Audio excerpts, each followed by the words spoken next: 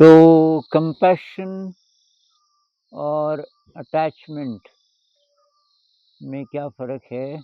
किसी भाई साहब ने पूछा और उन्होंने ये भी बोला कि आपका क्या अनुभव है इसमें? तो मुझे विलियम ब्लेक की एक कविता याद आ रही है। ये इंग्लिश लिटरेचर मैंने जब पढ़ा तो मुझे एक ही आदमी पसंद आया और वो था विलियम ब्लेक। ये कवि है शायद 17th सेंचुरी के आसपास और उन्होंने एक किताब लिखी है कविताओं की जिसका नाम है songs of innocence and experience. तो इस उस किताब में वो चित्र भी बनाते थे, लिखते भी थे और चित्र भी बनाते थे। तो एक जो कविता है उसमें ये है कि एक आदमी बांसुरी बजा रहा है। ये ऐसे बांसुरी बजा रहा है जंगल में, बहुत खुश है, उसकी आँखें आकाश की ओर हैं, बहुत बढ़िया धुन बजा रहा है। इतने में एक फरिश्ता आता है, एक देवता आता है, बच्चा और उसके पंख होते हैं, बहुत सुंदर और वो जो फरिश्ता है, वो मंत्रमुग्ध हो जाता है, इस बांसुरी को सुन के। फिर जब ये बांसुरी बंद करता है, तो वो फरिश्ता बोलता है, वो बच्चा बोलता है कि ये जो तुम बांसुरी में बजा रहे थे ना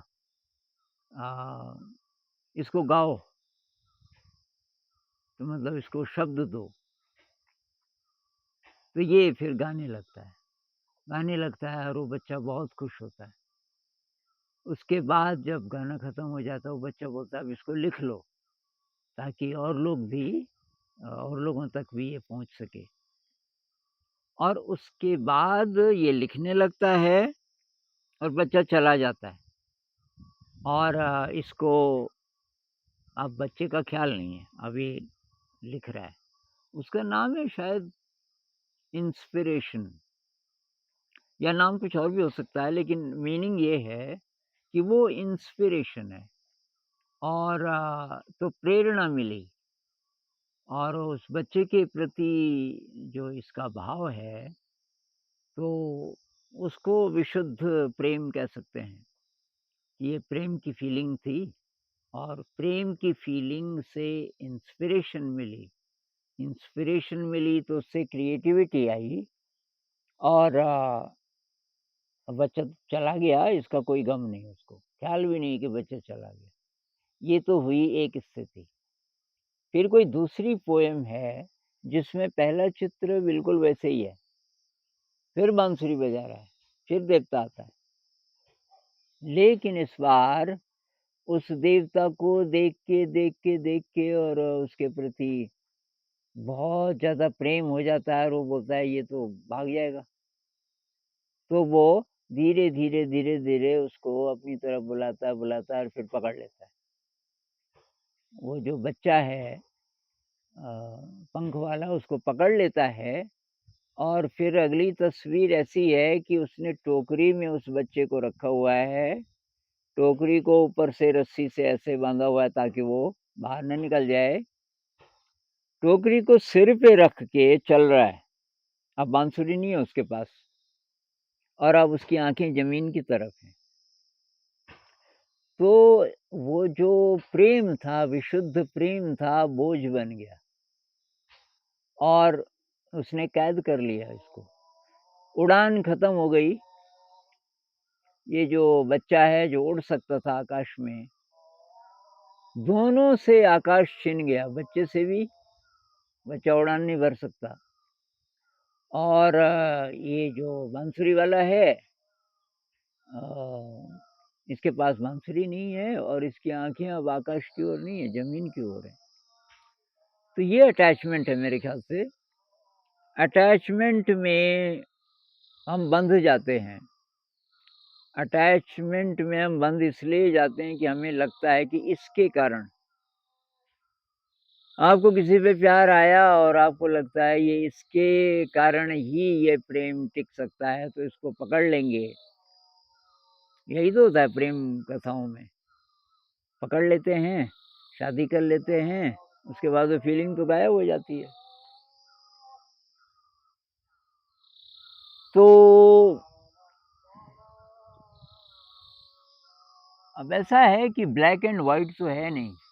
मेरे ख्याल से ज़िंदगी में ऐसा नहीं होता कि ये प्योर कंपैशन है और ये केवल अटैचमेंट है, क्योंकि मिक्सचर होता होगा और धीरे-धीरे, धीरे-धीरे जैसे-जैसे हमारा शुद्धिकरण होता है साधना से, वैसे-वैसे हम अटैचमेंट से कंपैशन की तरफ बढ़ते हैं और एक स्थिति ऐसी आ सकती है, जब आपके अंदर केवल देने का भाव हो। तो मेरी परिभाषा कंपैशन की ये है कि आपको देने में मज़ा आता है।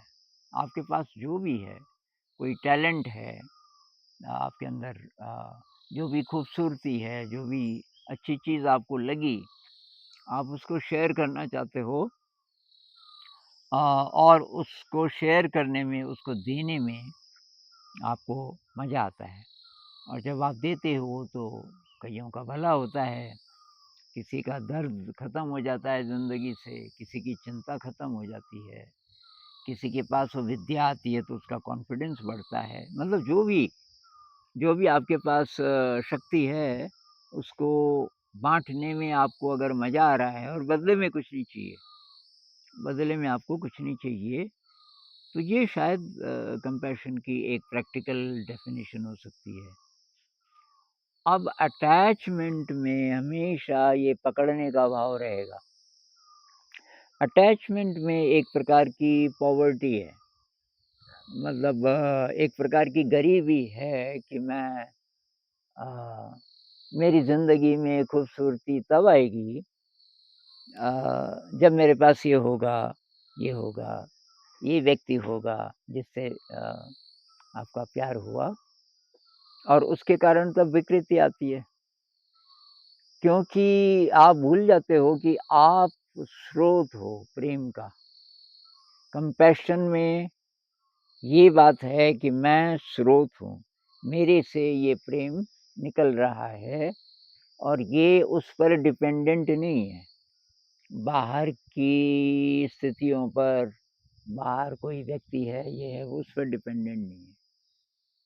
तो मेरे ख़्याल से हमें चेक करना चाहिए, जब कोई व्यक्ति अच्छा लगता है, कोई स्थिति अच्छी लगती है या किसी के प्रति ये उमड़ता है प्रेम कि इसके लिए मैं कुछ करूँ, उसमें कितनी प्योरिटी है, कितना कंपैशन है और कितना अटैचमेंट है। अगर तो आपको बदले में कुछ चाहिए, तब अटैचमेंट भी है। अगर आपको बदले में कुछ नहीं चाहिए, तो तब वो प्योर कंपैशन है। तो मेरे ख़्याल से धीरे-धीरे जैसे ज़िंदगी की यात्रा आगे बढ़ती जाती है, हम आध्यात्म में आगे बढ़ते जाते हैं, ये अपेक्षाएँ कम होने लगती हैं। उसका कारण ये है कि अपने ही अंदर आपको बहुत ज़्यादा शक्ति, बहुत ज़्यादा प्रेम नज़र आने लगता है।